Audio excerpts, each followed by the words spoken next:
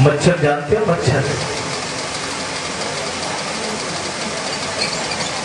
मच्छर आगाज कहाँ करता है? सबसे पहले कहाँ आता है? कान पे। कान पे आता है। तो जब श्रवण पर सबसे पहले मच्छर आघात करता है, जब कान पर सबसे पहले मच्छर आघात करता है, तो वृद्धा अवस्था भी वहीं से प्रारंभ होती है।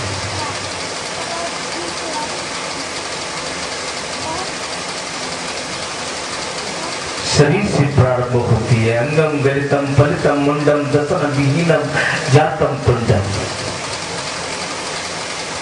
शरीर गल जाता है, दांत गिर जाते हैं, लकड़ी का सहारा लेकर चलता है।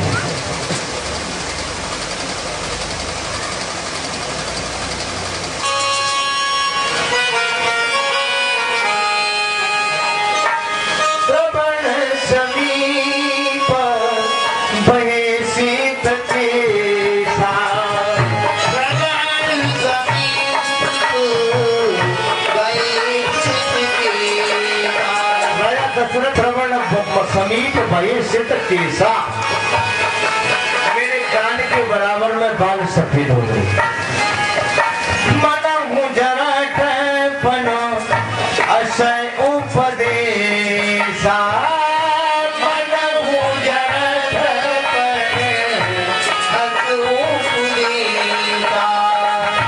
मना मुजरा असय उपदेशा।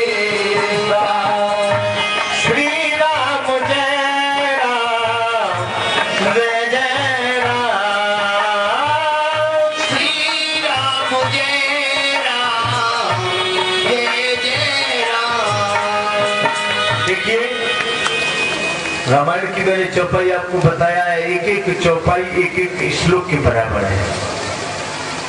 श्रवण समीप भई सित केसा, राजा ने सोचा कि मेरे कान के बराबर में केस सफेद हो गए हैं।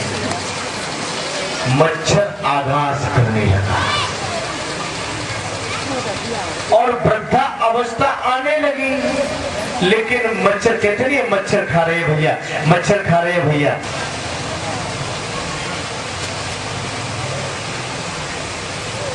वस्त्र पहनने में भी बड़ी परेशानी होती है, कैसे कैसे फोटो और अखबारों में छपके आते हैं। मतलब है जब आप कपड़े नहीं पहनेंगे तो मच्छर निश्चित खाएगा, और निश्चित खाएगा तो कान पे आगाज कराएगा। ये गहराई की बात होती है, समझने वाले समझ जाते हैं। ठीक है कि नहीं? इसलिए चलते फिरते उठते बैठते जागते भगवान का भजन करना चाहिए। भाव से, कुभाव से, अनख से, आलस से उठते बैठते जा श्री कृष्ण और बलराम गुरुकुल में विद्या अर्जन करने के लिए गए।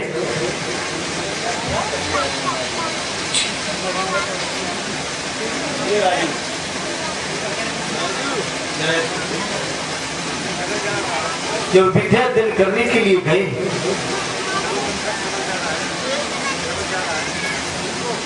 तो उन्होंने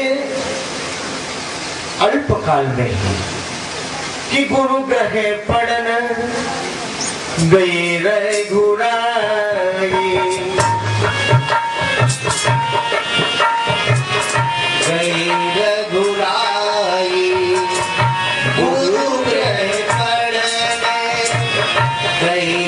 उसे कहा गुरुदेव आपको क्या दिया जाए? गुरु माता कहने लगी मुझे कुछ नहीं चाहिए। आर्य ग्रह त्यागी विद्यार्थी पंचलक्षणम। कैसे विद्यार्थी? कागचिष्ठा कौआ किसी निगाह, वको ध्यानम बगुड़ा का सा ध्यान, कागचिष्ठा बको ध्यानम श्वान निद्रा तथई बचन। कुत्ते की सी नींद सोते थे, अल्पाहारी थोड़ा खाते थे, घर को त्याग कर गुरुकुल में विद्या अध्ययन करने के लिए जाते थे। ग्रह त्यागी विद्यार्थी पंच लक्षणम, ये विद्यार्थी के 5 लक्षण थे। लेकिन आजकल के विद्यार्थी कैसे हैं? जरा विद्यार्थी बैठे हो तो सुन ले भाई। शनिचर्या केश ध्यानम दिवा निद्रा तथैव च शाकाहारी भ्रमणकारी विद्यार्थी पंच लक्षणम। शनिचर्या, सिनेमा की चर्चा करना, हर समय सिनेमा की चर्चा होती है ना, और विद्यार्थी सिनेमा की चर्चा करते हैं। रात्रि क्या कहते हैं मालूम है? वो फिल्म बढ़िया है। अरे नहीं, वो फिल्म नहीं, वो बढ़िया है। कलयुगी भगवानों को देखते हैं प्रेम से, कलयुग के भगवान है वो। दिनचर्या केश ध्यान, बड़े बड़े बाल रखा लेंगे, केशों का ध्यान करेंगे आप समय। और कौन सी कटिंग चाहिए? कटिंग जानते हो ना, बार्बर के पास पहुंचेंगे तो कटिंग की कौन सी की कहेंगे? शर्मा जी बताओ जरा। धोनी, धोनी की कटिंग चाहिए। सलमान, माने अलग से एक्टरों की कटिंग बताएंगे। शनिचर्या केश ध्यानम दिवा निद्रा तथैव च, दिवा निद्रा तथैव च। दिन में सोएंगे, क्योंकि रात्रि को जो पिक्चर देगा तो दिन में सोएगा कि नहीं। चाटहारी, खाने वाला प्रबल, 1.5 किलो घड़ी छड़ी, घड़ी पहना होगा, हाथ में छड़ी होगी। ऐनक सब बिताया, बढ़िया चश्मा लगा होगा कि, और क्या कहते हैं चश्मा वाले से, सेंटर पर जाते हैं, कहते हैं देख भाई चश्मा वाले, ऐसा चश्मा दे दी तो मेरी आंख सबको देख ले, लेकिन मेरी आंखों को कोई नहीं देखता। घड़ी चढ़ी ऐनक सब बिताया, दीर्घश्च बालम, बड़े बड़े बाल, हिप्पी कटम च। कौन सी कट? पहले हिप्पी कट चली थी ना कुछ दिन पहले।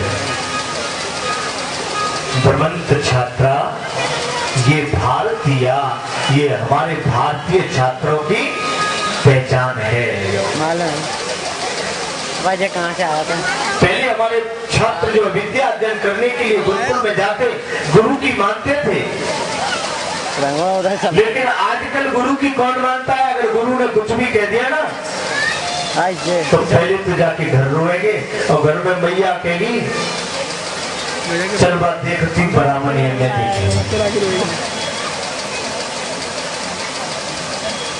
छाती के भरी ने कैसो भी वो मोरा मारो है, देख तो सही, कहती है नहीं माँ।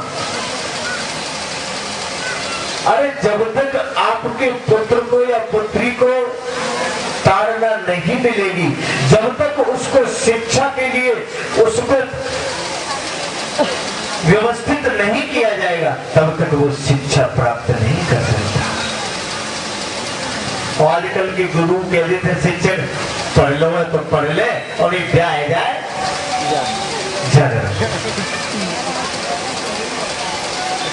हम पढ़ते थे, अपनी बता रहे हैं, तो हमारे मास्टर साहब कहते थे भैया जो ब्याह को पढ़ रहे हो वो एक साइड में बैठ जाए। तो भैया ब्याह तो एक साइड में बैठ जाते हैं, और बिना ब्याह पे कापड़ तो बाद में डंडा पड़ते पढ़ते नहीं। तो कहने का तात्पर्य है कि पढ़ना है तो ढंग से पढ़िए। शिक्षा किसी भी क्षेत्र में प्राप्त कर सकते हैं, ऐसी कोई बात नहीं। और शिक्षक कैसा भी हो, शिक्षक हमारा गुरु है। सबसे पहली वेद पाठशाला, सबसे पहली पाठशाला हमारी माता होती है। माता को बच्चे को शिक्षित तरीके से और शिक्षा देनी चाहिए।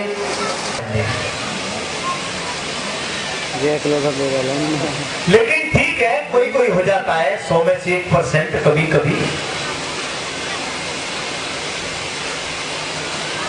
99% तो सही है, लेकिन 100 में से 99% ऐसे छात्र होते हैं जो शिक्षा प्राप्त करना नहीं चाहते। हमारा देश धर्म प्रधान है, धर्म प्रधान है ना, लेकिन नकल प्रधान और हो गया है। नकल प्रधान हमारा देश हो गया है। जहां भी देखा और उसकी नकल निकाली, उससे पहले बना के तैयार कर देते हैं।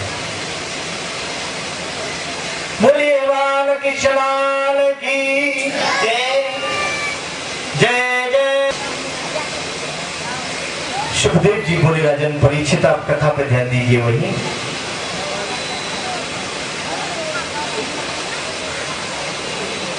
एक समय भगवान श्री कृष्ण प्रेम से एकांत में बैठे थे अपने सखा उद्धव के साथ में, और वार्तालाप चल रहा।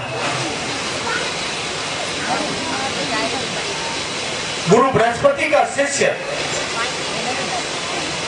तथा वसुदेव के भ्राता देवभाग का पुत्र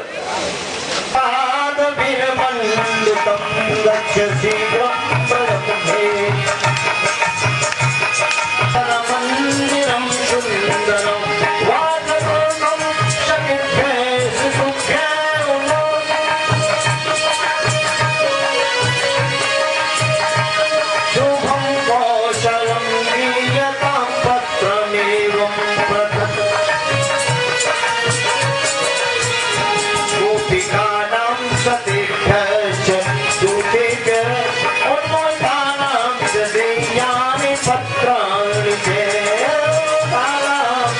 हमने बुलाया नहीं, लेकिन फिर भी आया। गोपियां कहने लगी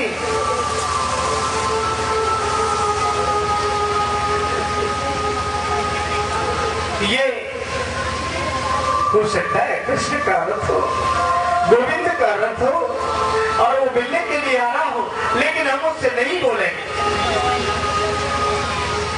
बोलिए बाल कृष्ण लाल की जय, श्री गिरिराज धरण की जय।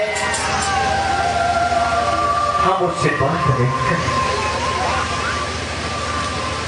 जब रथ पास में आया, गोपियों ने उस रथ को देखा, कहने लगी अरे उद्धव, उस गोविंद को कहां छोड़कर आया तू उद्धव? उद्धव कहने लगे गोपियों मेरी बात तो सुन लो। बोले तुम क्या सुनाने आए हो बताओ?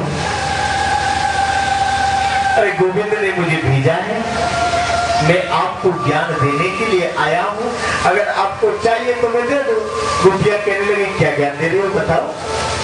क्या यमुना को पार करने के बाद में और एक दूसरी यमुना नदी मिली। सखियों से पूछने लगी, गोपियों से पूछ, राधिका सखी वृंदावन में निवास करती है, उसके नेत्रों से अश्रुधारा बह रही है, उसके द्वारा ये दूसरी यमुना बन गई है। इस यमुना की बात पूछो। इतना प्रेम था उस राधिका के अंदर।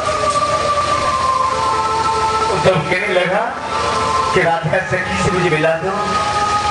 जब उद्धव राधिका के पास गए तो नेत्रों से अश्रुधारा बंद नहीं हुई, राधिका की रोती रही। जैसे गोपियों को रेवती में अपने शरीर को लुप्त कर रही है। उद्धव ने कहा अरे सखी, हे गोपी तू ये क्या कर रही है? बोले क्या बताऊं उद्धव, क्या बताऊं भैया, इन नेत्रों में मेरे में कृष्ण बस गया है, मैं उसे निकालना चाहती हूँ, वो कन्हैया निकलना चाहता नहीं। तब कहने लगा क्या ज्ञान दूं इनको, जिनके नेत्रों में ही बस गया है उनको ज्ञान क्या देने की आवश्यकता है। आगे बढ़े, आगे भैया यशोदा के पास पहुंचे, बाबा नंद के पास ज्ञानी बनता है। ज्ञान बजाए दुंदुभी प्रेम बजाए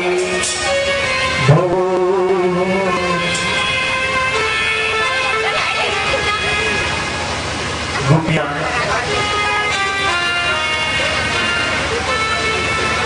गोपियां जो है प्रेम विघट हो रही, गोपियां रो रही है।